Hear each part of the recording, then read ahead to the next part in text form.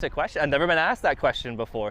Every week, Trevor Como takes steps to put Washington, D.C.'s best foot forward.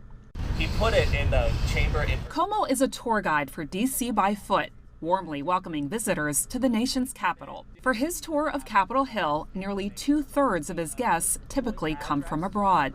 I'm here for some meetings or no up there. This group includes families from Mexico and Brazil. I think it's a beautiful place, a lot of history that we are learning. I felt very warm welcome. People with us was very friendly. But lately, Como has heard a more common refrain. The U.S. isn't exactly laying out the welcome mat. I don't want to come here. I'm afraid. And I don't love that because they shouldn't be, not in D.C. According to the World Travel and Tourism Council, international spending here in the United States is expected to plunge by nearly 7% this year. It's the only country among nearly 200 expecting a decline.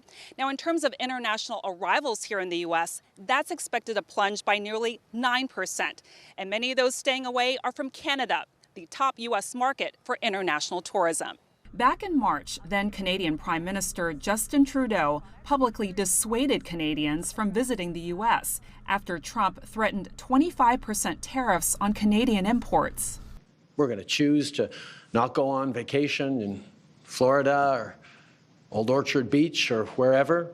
Sweeping U.S. tariffs around the world, tough talk on immigration and mass deportations, and stricter visa requirements, including a $250 fee for some, have many foreign visitors simply staying away.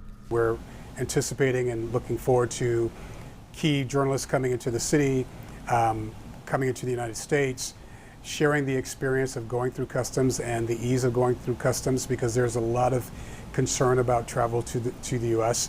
Elliot Ferguson is president and CEO of Destination DC, the main marketing organization for Washington, where 8% of visitors are tied to the international market. It's a tougher sell nowadays that has the nonprofit slightly pivoting. The good news is that there are other markets that are showing some progress in terms of interest in coming to the United States, such as Mexico, Central America, Brazil, and of course Europe. We know that the global community every single day is watching the news, and it's tied to Washington, D.C.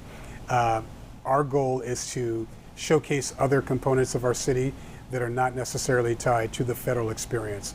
Nightlife, museums, monuments, memorials, theater, the food scene, how walkable Washington is, how green it is. We've already talked a little bit about the Capitol Dome itself. And for that, the nation's capital will rely on Como's friendly face on the front lines. If you put aside the politics of it all, you're coming to a culturally rich city that's worth your time, and you shouldn't be afraid because we're going to welcome you in. That's why we have war represented and peace. We always have peace times in this country as well. Even amid a global climate that's not always picture perfect. This is the iconic photo. Everybody wants this photo. 3, 2, 1. Frances Coe, CGTN, Washington.